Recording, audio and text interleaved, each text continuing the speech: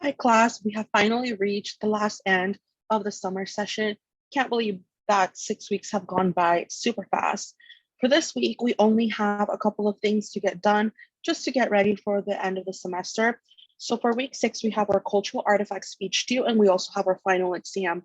I'm making this video to go over the rubrics and just to explain what I expect out of that. So really quickly for the cultural artifact speech, you are going to click right here on the assignment, and then this area will be set up by tomorrow. It usually takes Flipgrid 24 hours to activate itself on my end. So by tomorrow morning, you should be able to have access to it. It will have a flip code over here. So if you're using the app, you can use the flip code to join. Or if you're using your desktop or computer, you will literally just click here and it will take you there. So you're basically going to record your video here. I'm going to give you plenty of time to be able to record, and you get multiple attempts in Flipgrid to do it. One of the things that you have to keep in mind is that when you are recording with Flipgrid, I expect it to be done in one take, kind of like mimicking the speeches that we would do in class. There's no editing, there's no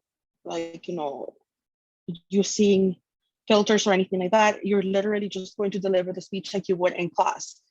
So for those of you who are thinking that you could edit your speech and all of that, you can't do that. You have to literally film it in one take, and you have to do it in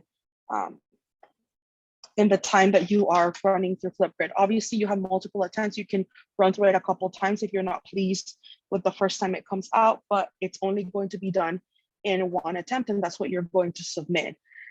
So you have multiple attempts to do it, but when you do it, you have to do it from beginning to end, no editing.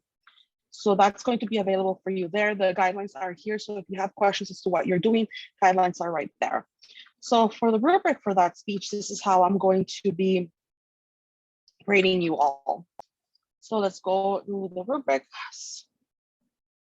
so that I can tell you exactly how I'll be grading your speeches. So basically for your cultural artifacts, it's just your cultural artifact speech. So for the delivery, I'm just looking for kind of like that in your introduction, that you open with an attention getter, that you tell us what your topic is, and that you preview your main points. As you can see in the actual guidelines, I have the 3 main points that you're covering, which is describing the artifact, telling me why the artifact is important to the culture, and then why the artifact is important to you. So those are the preview of 3 main points that you will be covering in your speech. So make sure that you have your attention getter, that you have a clear topic that you're talking about, and that you have a clear preview of main points. Then for the body paragraphs, I expect you to cover those 3 main points. So what is the artifact? Why is it important to your culture? And why is it important to you? For your conclusion, again, you're wrapping up, you're restating your main points, you're restating your purpose, and you're closing meaningfully. So if you have questions in regards to that, go back to the chapters that were assigned to you last week that were the public speaking chapters. And you can also go back to the lecture that I filmed last week, where I kind of go over the parts of an introduction and conclusion for those of you who have any questions when it comes to that. I'm going to be looking at eye contact. So like I talked to you all last time and I explained in my last week's lecture, when you are filming yourself on Flipgrid and you're delivering your speech, you're going to actually film yourself standing, and you're going to make sure that the camera is angled from your waist up. I kind of demonstrated what that would look like in last week's lecture. So again, if you have any questions, make sure to check back on that, because I demonstrated how it was meant to be done in last week's lecture. So make sure that you film yourself from the waist up, that you're keeping eye contact, that you're not reading from the screen.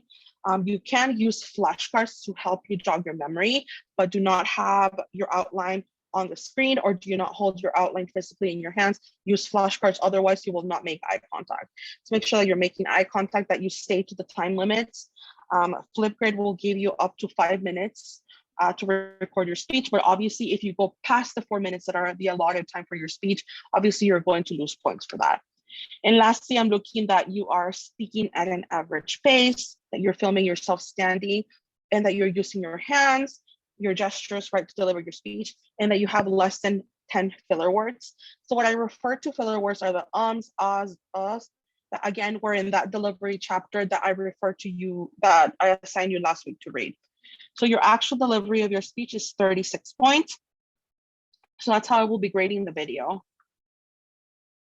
So now let's go back to the outline. So the outline assignment, you're going to submit it here.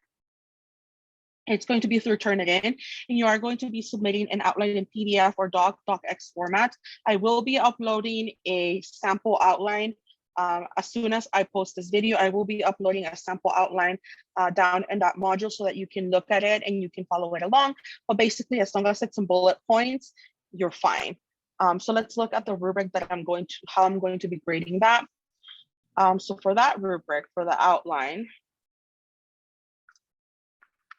basically, I want to make sure that the outline is double spaced, that it is in bullet point form, and that it has very little to no spelling errors. So that means that you proofread your paper, you're putting it in bullet points, it's in complete sentences, it's double spaced. If your outline looks like an essay, it's not an outline, it's an essay, and you will receive a 0 because it has to be in bullet points. Again, I will post a sample in our module for this week so that you're able to check that out. And for the outline components, I want to make sure that you actually have your speech sections labeled, that you have a title for your speech, excuse me, and that you have sources. You have a number of required sources that you have to use for the speech. Go ahead and check back on the guidelines to make sure that you know how many sources are required. So make sure that you check on that. Make sure that you have a works cited that provides the source that you're using, that you're labeling your introduction, body, and conclusion, that you have a title for your speech. So that's how we'll be grading your outline. So that's how I'll be grading your speech. Again, like I said, I will be posting a sample outline so that you can follow along. And also Flipgrid is going to be all set and ready to go by tomorrow, Sunday. It usually takes about 24 hours for the integration to work with Canvas. It's really slow, I know, extremely frustrating. Trust me, on my end, it's even more frustrated than on your end, but it will work by tomorrow. If not, I will keep you posted if anything goes on. But in my experience, it usually takes about 24 hours for it to work out. The last thing that I wanted to talk about is your final study guide. This is the study guide for your final exam. The final exam is only going to be based on chapters 10, 11, 12, 13, and the public speaking readings that I assigned to you for week 5.